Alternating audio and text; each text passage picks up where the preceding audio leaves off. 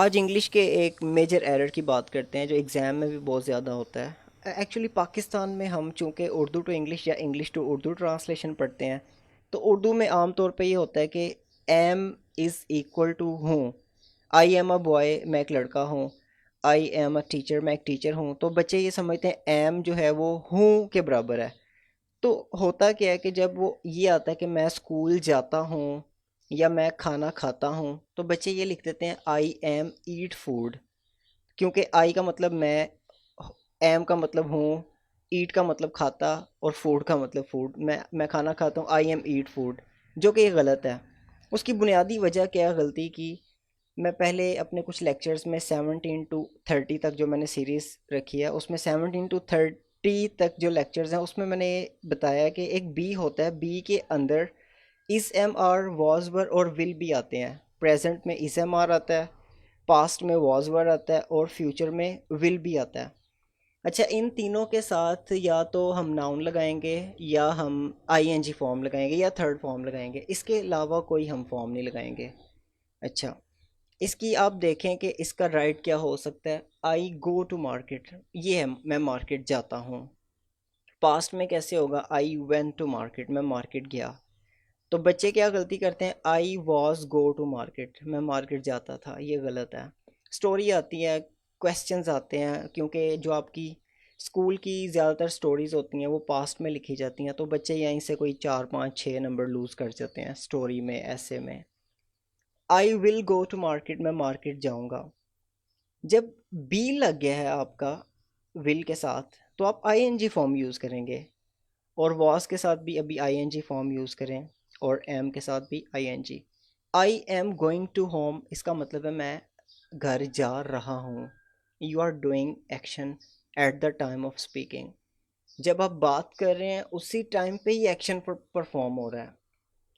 I was going to home, मैं घर जा रहा था, पास्ट की बात है। I will be going to home, मैं घर जा रहा हूँगा। तो ये सारे कंटिन्यूस एक्शन है जो नीचे वाला पोर्शन है।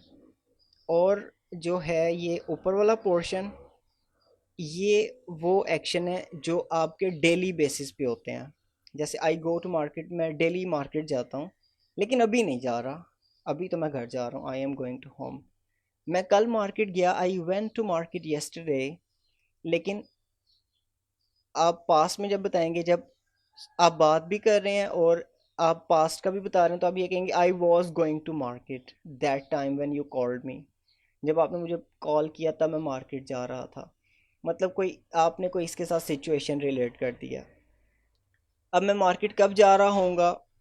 I will be going to market when you will arrive at my home, जब आप घर आएंगे मैं मार्केट जा रहा हूँगा।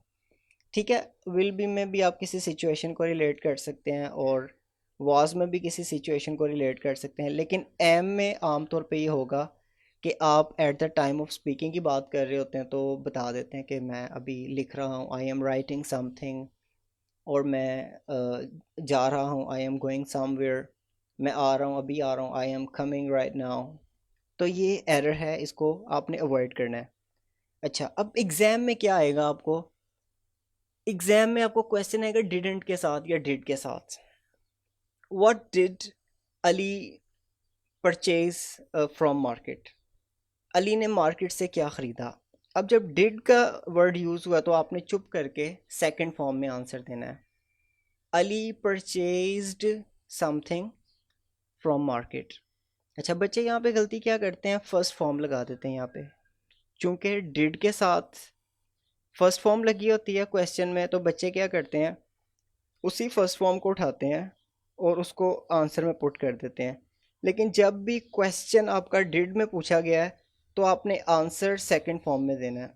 ये फ़िलहाल ये चीज़ें याद रखें। इंशाल्लाह फर्दर लेक्चर्स में मैं ये मेजर एरर्स जो इंग्लिश के, उनको हाईलाइट करूँगा ताकि ये गलतियाँ एलिमिनेट हो सकें। बहुत शुक्रिया इस पेज को ज्वाइन करने के लिए। इंशाल्लाह see you another time, take care, bye bye.